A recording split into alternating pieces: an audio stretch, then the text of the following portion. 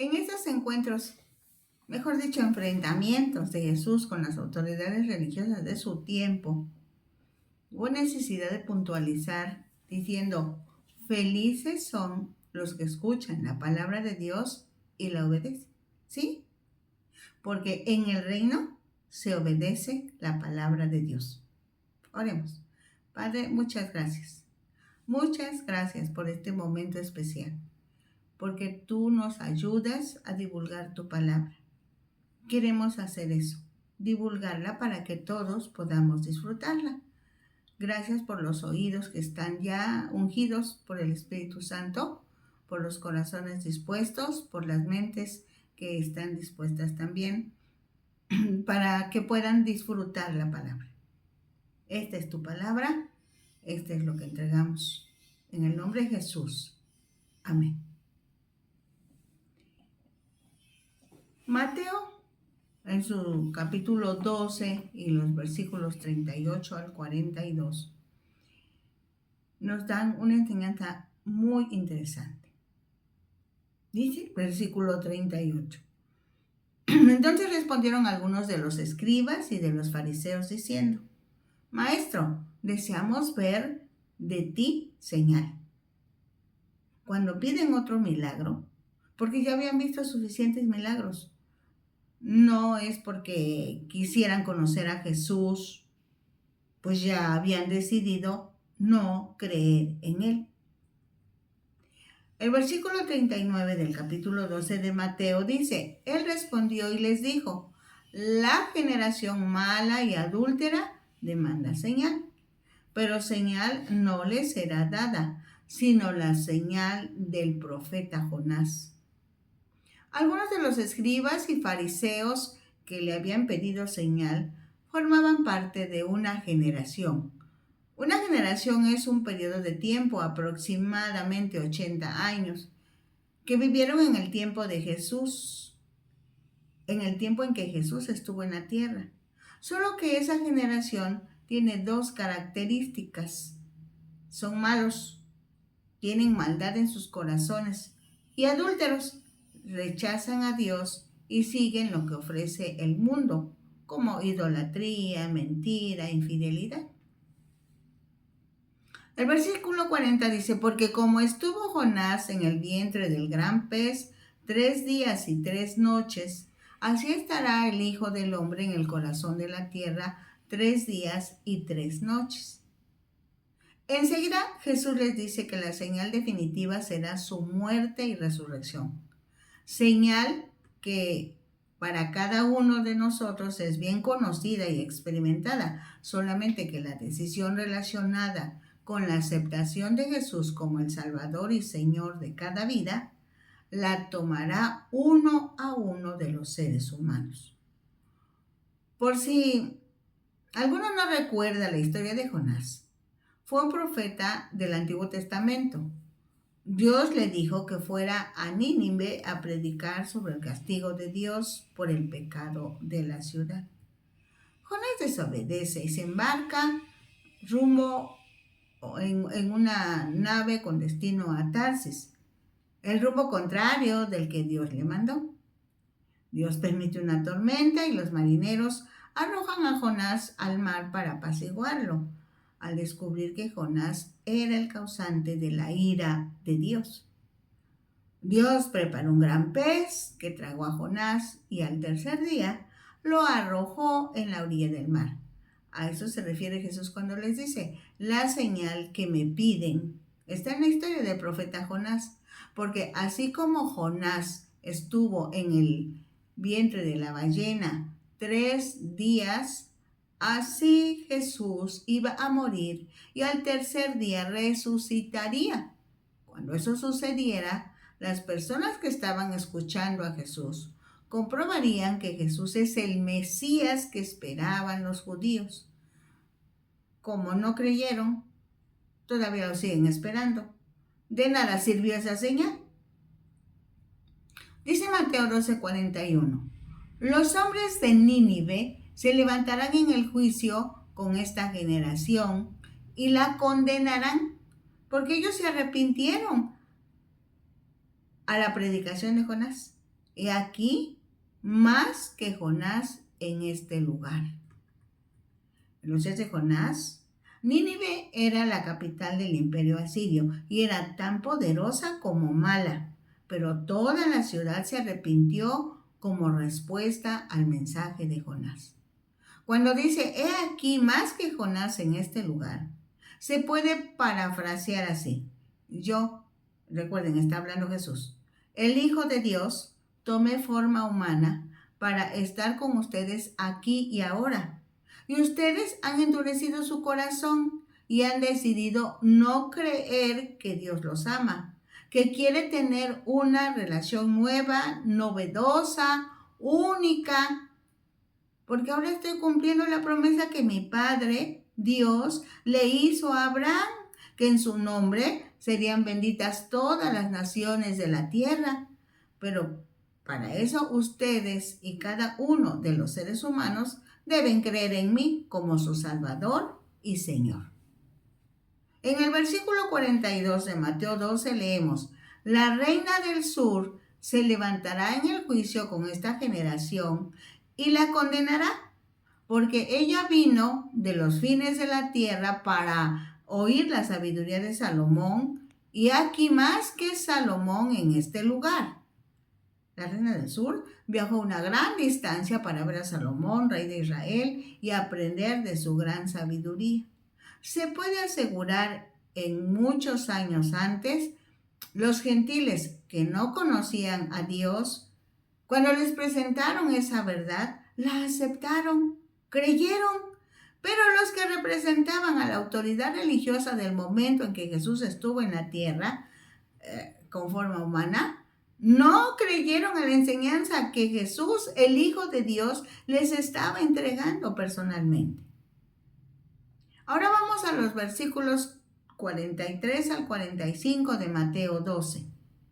Ahora el Señor Jesús presenta una comparación entre lo que sucede con los espíritus inmundos y lo que le sucederá a esa generación que Jesús califica de mala y adúltera. Otras traducciones dicen perversa. Dice el versículo 43. Cuando el espíritu inmundo sale del hombre, anda por lugares secos buscando reposo y no lo halla. Entonces dice, volveré a mi casa de donde salí. Y cuando llega, la halla desocupada, barrida y adornada. Entonces va y toma consigo otros 7 espíritus peores que él, y entrados moran allí, y el postrer estado de aquel hombre viene a ser peor que el primero. Así también acontecerá a esta mala generación. Con esta comparación, el maestro enseña que el mundo espiritual es real. Existen Dios y sus ángeles como seres celestiales o espíritus buenos, pero también están el diablo y los espíritus inmundos o demonios, malvados también. Dios y sus ángeles buscarán bendecir a toda la creación porque Dios es el dueño legítimo de toda su creación. El diablo y los espíritus inmundos son reales. Siempre querrán engañar a la humanidad, hacerla sufrir, robar la fe.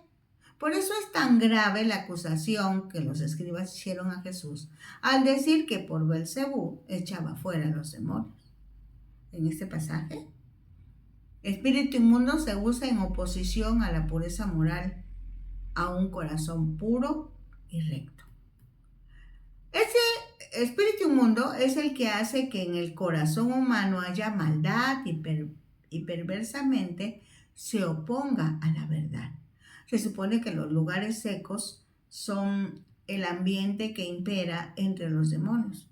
Es por ello que cuando se le da lugar al diablo, mantiene a los seres humanos espiritualmente secos, generalmente por medio del cansancio y agotamiento. Es difícil entender y más difícil soportar una sequía espiritual. El Mesías usa la analogía de un demonio que sale de una persona y después decide regresar a esa misma persona, pues la considera su casa. Ahora bien, cuando se acepta el perdón de pecados como un regalo de Dios para el pecador, ese corazón es perdonado, limpiado, hermoseado, disfruta una nueva creación. Solamente que para que ese corazón se mantenga limpio y hermoso, se necesita mantener comunión con Dios por medio de la participación del Espíritu Santo, que guía a vivir en santidad cuando se alimenta con las Escrituras, la oración, la comunión con el resto de la iglesia y demás, según lo enseña la palabra de Dios.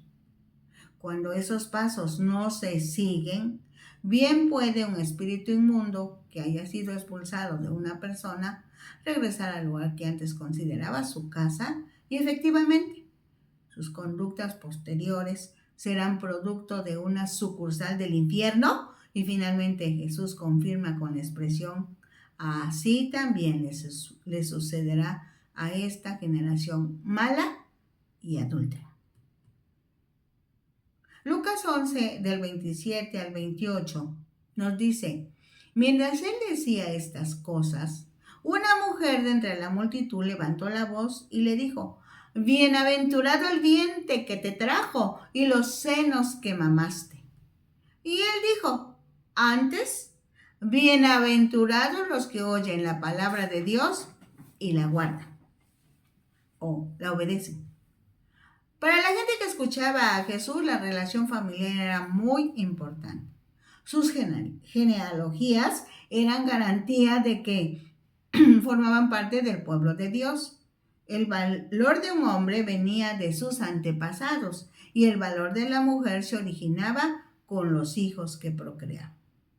La mujer que levantó la voz dice que María debe ser bendecida por haberlo tratado como hijo. Pero Jesús le dice: las verdaderas bendiciones son para las personas que siguen a Jesús, los cuales son conocidos por su obediencia. En otras palabras, Jesús dice: felices son los que escuchan la palabra de Dios y la obedecen. En Mateo 12, 46 al 50 encontramos este relato. Mientras él aún hablaba a la gente, he aquí su madre y sus hermanos estaban afuera y le querían hablar. De todos es sabido que la mamá de Jesús fue María. Sus hermanos fueron los hijos de José y María. Después que nació Jesús, fueron procreados ellos.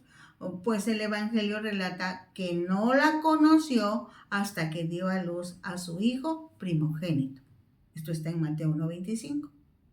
Dice el versículo 47, y le dijo uno: he aquí tu madre y tus hermanos están afuera y te quieren hablar. Para este momento histórico se asegura que José, el carpintero que fungió como papá de Jesús, había fallecido.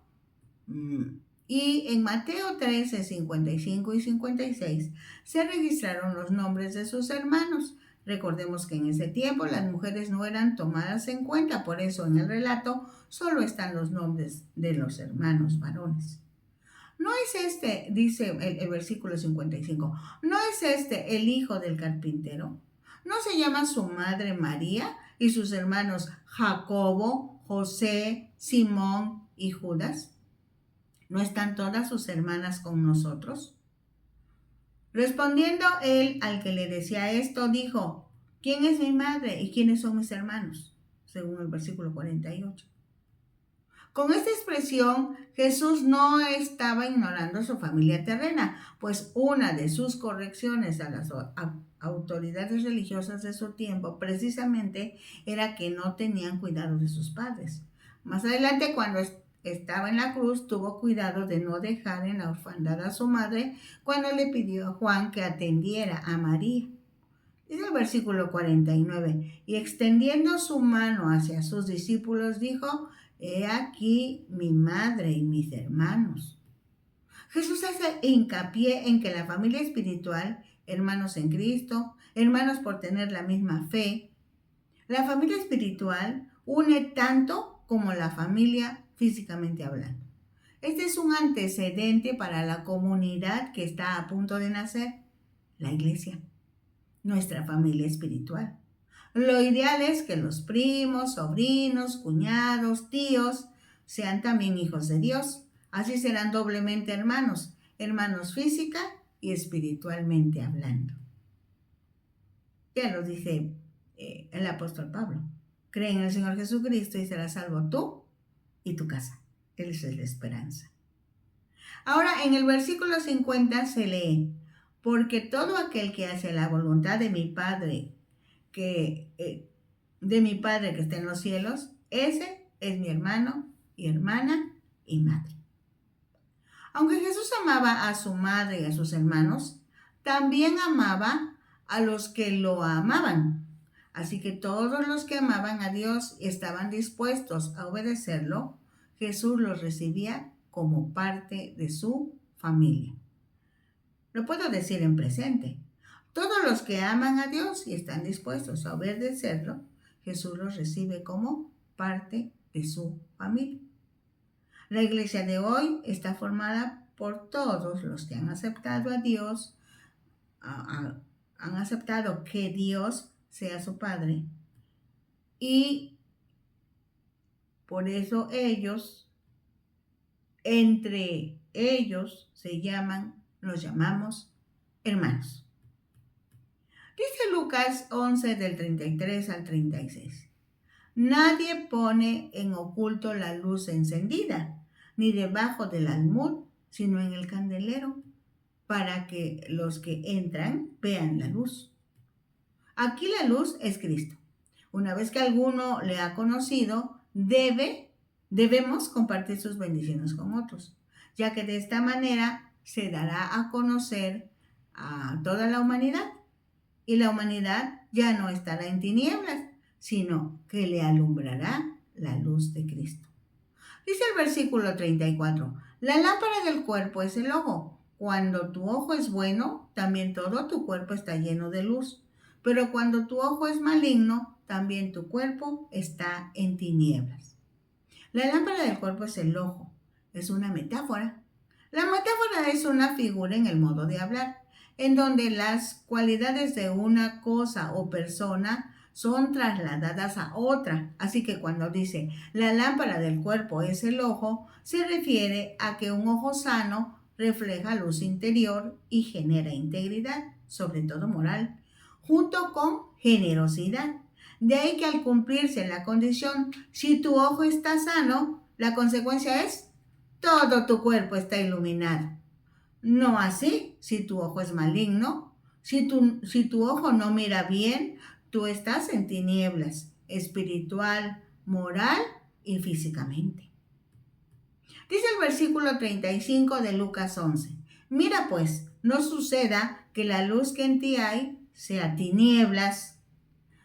Jesús hace una declaración atinada para las personas que en ese momento lo escuchan, pues muchas veces, equivocadamente, una persona piensa que lo que está llevando a cabo es algo correcto, completo, ideal, pero en la realidad es lo contrario. De ahí la observación: mira, pon atención, revisa con cuidado, no sea que hayas sido engañado y pienses que estás en lo correcto cuando realmente estás del lado de las tinieblas, como el caso de las autoridades religiosas de su tiempo, que acusaban a Jesús de mentiroso, engañador, loco y demás. Dice el versículo 36, así que, si todo tu cuerpo está lleno de luz, no teniendo parte alguna de tinieblas, será todo luminoso como cuando una lámpara te alumbra con su resplandor. La conclusión de este pensamiento es: si alguien está lleno de luz, será como, ahí está la comparación, como una lámpara que resplandece. De ahí la expresión: los hijos de Dios son portadores de su gloria. Somos portadores de su gloria. No quieras esconder la luz de Dios que está en ti. Mejor disfruta la presencia de Dios en tu vida y comparte de esa gloria de Dios para alumbrar a los demás. Dicen los versículos 37 al 44 de Lucas 11. Luego que hubo hablado, le rogó a un fariseo que comiese con él, y entrando Jesús en la casa se sentó a la mesa. Hasta cierto punto es inexplicable que si los fariseos no estaban de acuerdo con el mensaje de Jesús, tuvieran que rogarle para que fuese a comer a la casa de alguno de ellos, aunque en más de una ocasión se explica el porqué de la invitación. En esta oportunidad, por el incidente que se presentó, Jesús aprovechó para darles una gran lección a los fariseos que en ese momento hicieron su aparición en la vida de Jesús. Dice el versículo 38, el fariseo, cuando lo vio, se extrañó de que no se hubiese lavado antes de comer. Lavarse las manos antes de comer es una tradición añadida por los fariseos. No está registrada en la ley que Moisés les dejó a los israelitas. Por cierto, lavarse las manos es una señal de salubridad, de limpieza, pero no era como ellos lo veían. Dice el versículo 39 del capítulo 11, pero el Señor le dijo, ahora bien, vosotros los fariseos, limpiáis lo de fuera del vaso y del plato, pero por dentro estáis llenos de rapacidad y de maldad. En otras palabras, se comprometen a dar una limpieza ceremonial del cuerpo, aparentando así que están limpios de todo a todo. Solamente que Dios mira el interior de las personas. Y resulta que lo limpio que se ve por fuera no concuerda con la suciedad que hay dentro de la persona, porque moralmente estaban llenos de crueldad, inmoralidad, perversión, avaricia, codicia, usura. Aparentaban ser santos, pero estaban llenos de muerte espiritual. Dice el versículo 40 de Lucas 11, necios. ¿El que hizo lo de fuera no hizo también lo de dentro? Este es otro pasaje en el que Jesús aprovecha la ocasión para exhibir el mal con apariencia de bien. Es una acusación que completa el rechazo de los fariseos a Jesús. En el versículo 41 de Lucas 11 dice, pero dad limosna de lo que tenéis, y entonces todo os será limpio.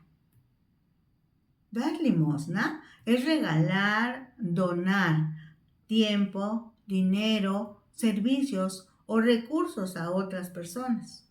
Desde el Antiguo Testamento, los israelitas tenían la limosna como una práctica de apoyo a los necesitados o pobres.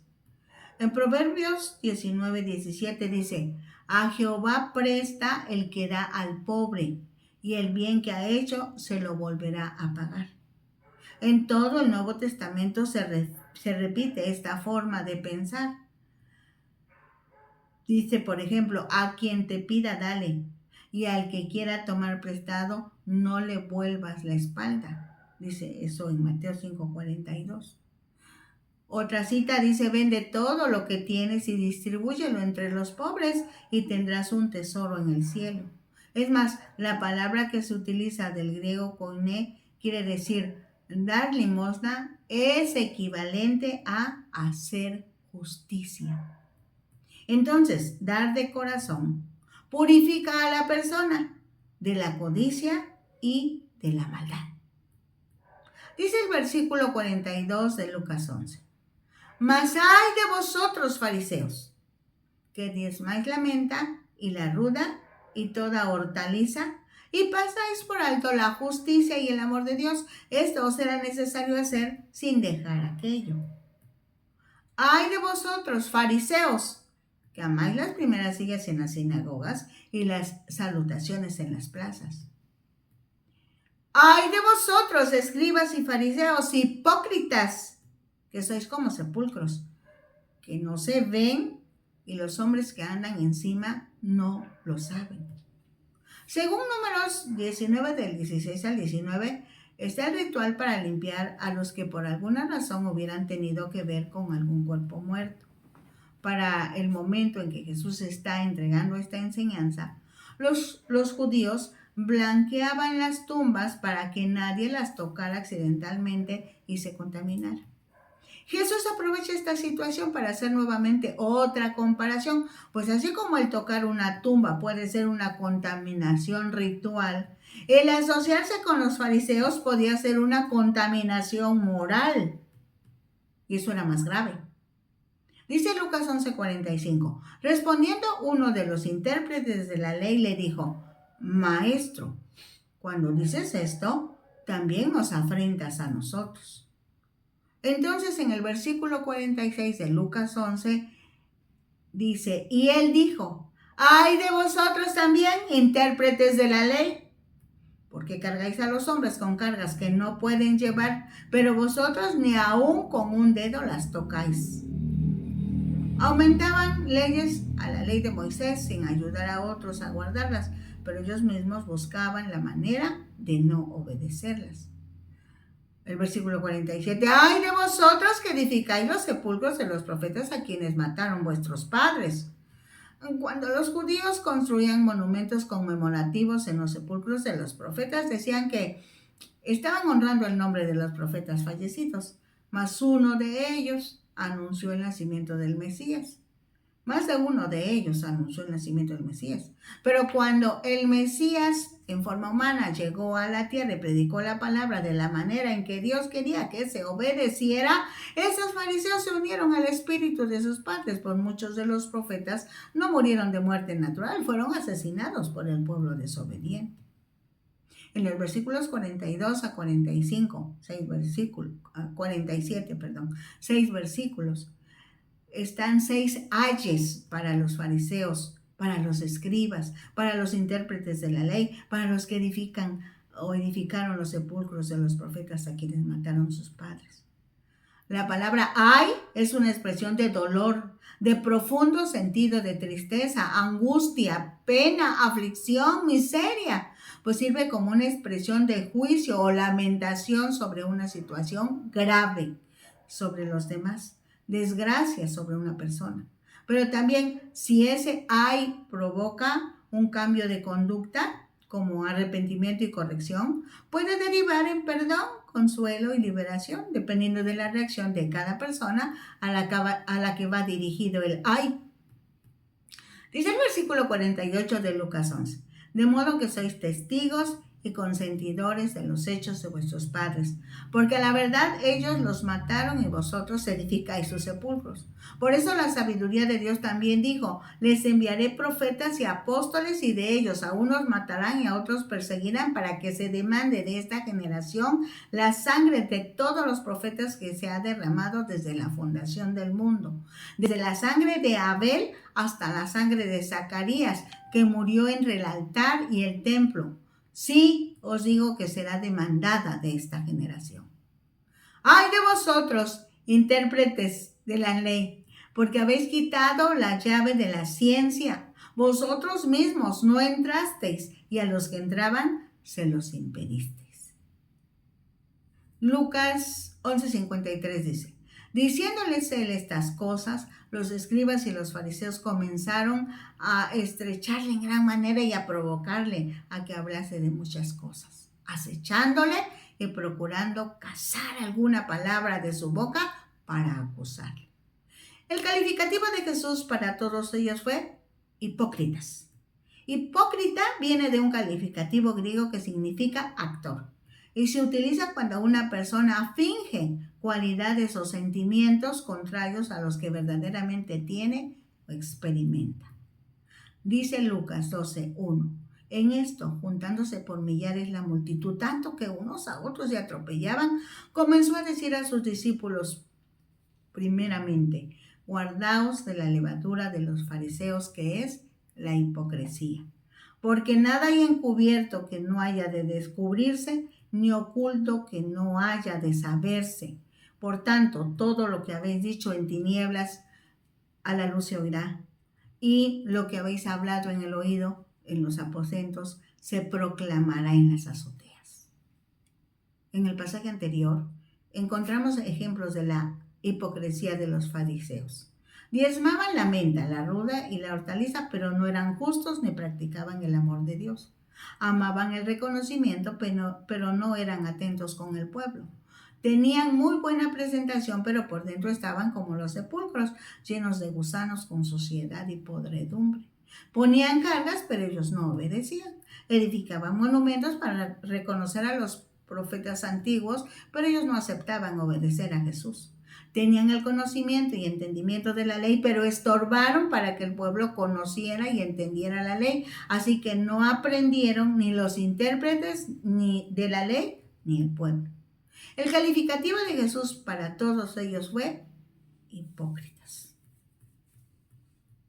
Esta es una descripción amplia de los fariseos, de los escribas, de los intérpretes de la ley en el tiempo de Jesús.